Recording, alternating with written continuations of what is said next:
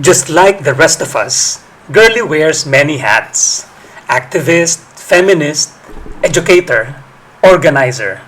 But there is one more identity she has embraced, something born out of an ability she discovered later in life.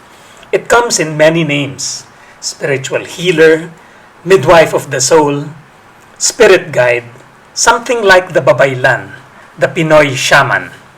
Last December 14, 2025, at her 75th birthday, Girlie came out with her book, Crossings and Blessings, a spiritual journey of healing amidst life's challenges and mysteries.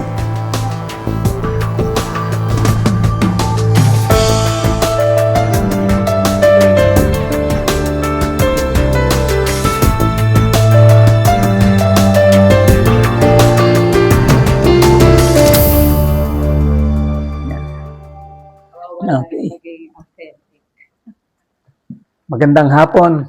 Nandito ako ngayon sa bahay ni na Girlie, dito sa napakaganda at napakalaking bahay dito sa Quezon City. Hindi namin bahay ito. Bahay ito ni Ayan at ni Max. Bahay ni Ayen at ni Max. Si Ayen yung anak nila. Introduction. Ako si Bobby Garcia. Ang title ng vlog ay Wisdom from Tragedy. Ang bigat, ano? Mabigat yung topic, magaan ang approach. Pero bago tayo tumungo doon, sino si Girlie Villariba? Yan. Bakit Girlie ang pangalan? Oo nga. Siyempre, no.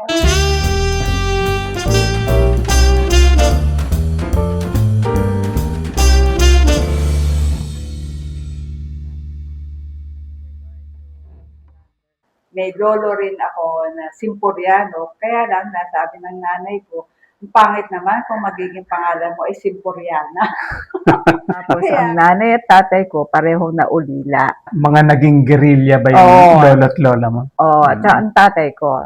Saglit. Saang lugar ba yan? Sa Quezon Sa ba yan? Quezon, sa Lucena. Sa Lucena. Kauna-una ang mga missionary pumunta sa Quezon ay yung mga Franciscans at saka mga Marinol. Elementary years ko, bawal magtagalog. Kayo ba yung pinapalo ang kamay pagka nagtatagalog?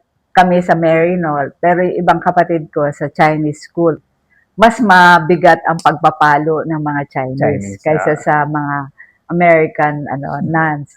Pare-parehong namamalo. Magkakaibang ano lang. Hindi lang yun. Pati tatay at nanay ko namamalo. Ang sasabihin ng tatay ko, ano ang gusto nyo? Dapa, sinturon, tsinelas. At least may freedom of choice pa rin. Oo. 13 kayong magkakapatid. Oo. May lumagpas pa sa 1 dosena. But yes.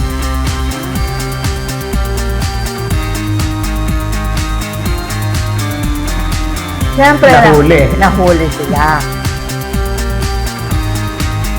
Parang si Rano de Bergerac. Oo, ang mahalaga sa kanya, tinulungan niya yung kapwa niya. Nakatulong siya, but at his own expense. Yeah. So, no, because he could not afford it. Nagsisihan ba niya na tinulungan niya yung... Hindi. If I were him, susuntukin ko yung... Ikaw ang pahamak. Oo, anyway.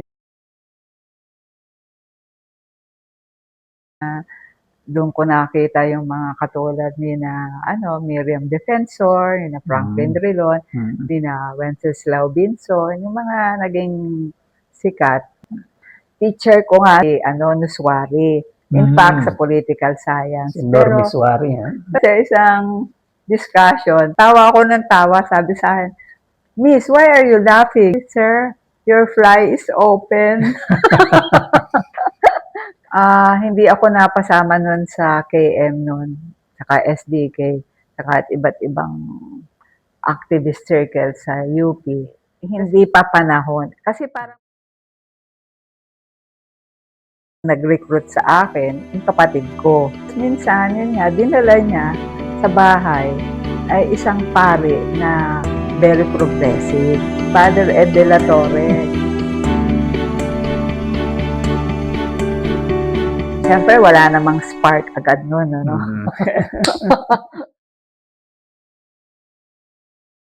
Sino nga ba talaga ang nagmamay-ari ng mga lupang ito? Nung nag-survey na kami, ang dami palang mga taga-Lucena na limpak-limpak ang kanilang kayamanan. Coconut plantation. Kasi yung Quezon was the #1 coconut producer in the country. Nakalista na pala ako at saka yung mga kapatid ko.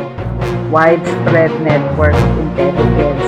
Nung sinuspend yung writ of habeas corpus, may mga nahuhuli na. Wala pa nun yung martial law. Mag-aaral na lang uli ako sa UP, which was my mistake. Lumayo sa Lucena para umiwas sa mga aktivista. Lumukso sa sa UP naman. sa UP. From the frying pan to the fire. To the fire, to the volcanic crater. Anyway, member na kami nung Kiro. It was more a Christian movement, youth movement. Talagang may fervor na noon. And we were never really prepared na batas militar na agad. And then, umeksena na naman sa buhay ko si Father Ed de la Torre. Sabi niya, girl, kailangan namin yung magsiset up ng system. Hindi ako pang guerrilla, sabi kong ganyan. Hindi, mag-aayos ka lang ng mga houses na communication, network. Sa countryside na rin? Hindi, dito muna. Dito muna sa Metro Manila? Oo. Yan nakauna-unahang tragedy ko.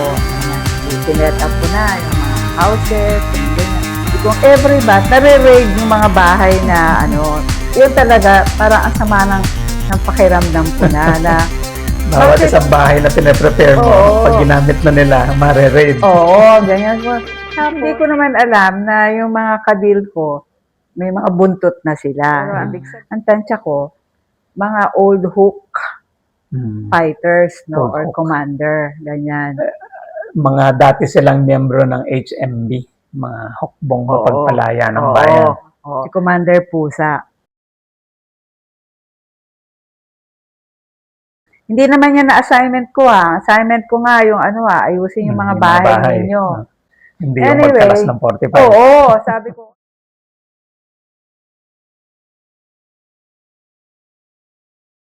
Pero ang tragedy doon, sa dami ng mga pinagsuspetsahan pa ako. Dahil yung mga sineset up mong bahay, palaging nare-raid, nagduda na tuloy sa'yo. Which wasn't my fault. There was an incident na for one reason, the guy was in heat. So In heat. So he asked permission to go to the bar. So he tried molesting me. No, I'll fight you to the death. Pero sinumbong ko siya. In fact, sabi ko, alam ko, dapat parusahan siya. Because that is the discipline we want the party to implement. Alam mo, wala. Kasi naman, ang cute-cute mo. Batang-bata ka pa. So, okay lang yan. Ganyan. Ikaw pang nasisi. Parang safe house na. Doon ko nakita si Edsel Sahor, yung taga-Lucena, na part din siya ng underground. Pero 10 days na siyang tino-torture dun sa safe house na yon. Nung umalis sila early morning, nakataka si Edsel.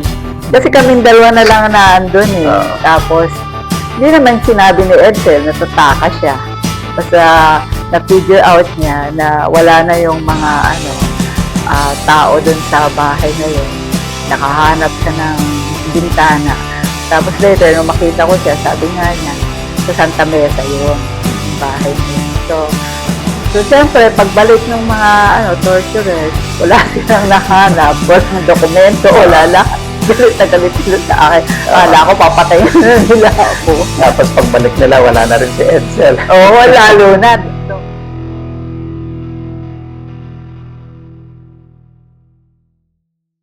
Kasi nag-aaral na ako nun sa Ateneo. sinama pa uli nila ako sa isang interrogation sa Biluna. Doon ko nakita, PO ko, nagkaroon na siya ng nervous breakdown. No? Na-torture na rin ba? Oo, na-torture na siya kasi na siya, skin and bones na. Rambling She was na lang. jumping on the bed like a monkey. So, everything na she was saying, inadmissible in court. But I knew it was true.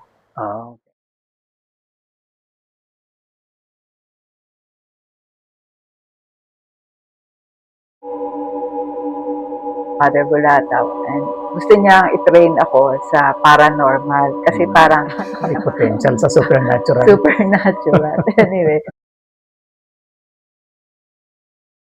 There was this spark again after everything that happened to me in the movement. I wanted to go back.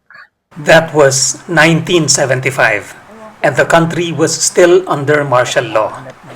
Gurley joined the team of Popoy Lagman, the party leader of Manila Rizal, who had a reputation for defying orders. Together with this group, she endured another sanction from the party's leaders. We were disciplined for not towing the line. Or Na-strike 2 ka na pala sa strike kilusan. 2, okay. Disillusioned, she sought the advice of Father Ed de la Torre, who was then detained in Bikutan. Will you please explain to me how I can rise above all these contradictions? Ganyan. It was a long process, but that was the beginning of Gurley's gradual discovery of her true calling. So tumawag siya on a Christmas, come here and I will listen to you. So that was the start naman, this implication na okay ba yung mga tragedy? Ayan na si De La Torre. Yes, tatay! The tragedies in her Tatay. life happened within the revolutionary movement she joined, hoping to change society. But that movement itself was wanting for change. As the country went through massive upheavals and transitions, Gurley traces her path from the political to the spiritual. That may be radically different from the materialist ideology she once embraced, but she considers it a continuum. She is now a spiritual guide, assisting those who are about to die in the process of pagtatawid or crossing over. This is a gift, she says, and not a transaction. From the dying, she learned this: to live with presence, to heal with love and prayer, to hope for a death filled with grace. That is the good death, says our modern Babaylan. And that was how the calling of a healer began.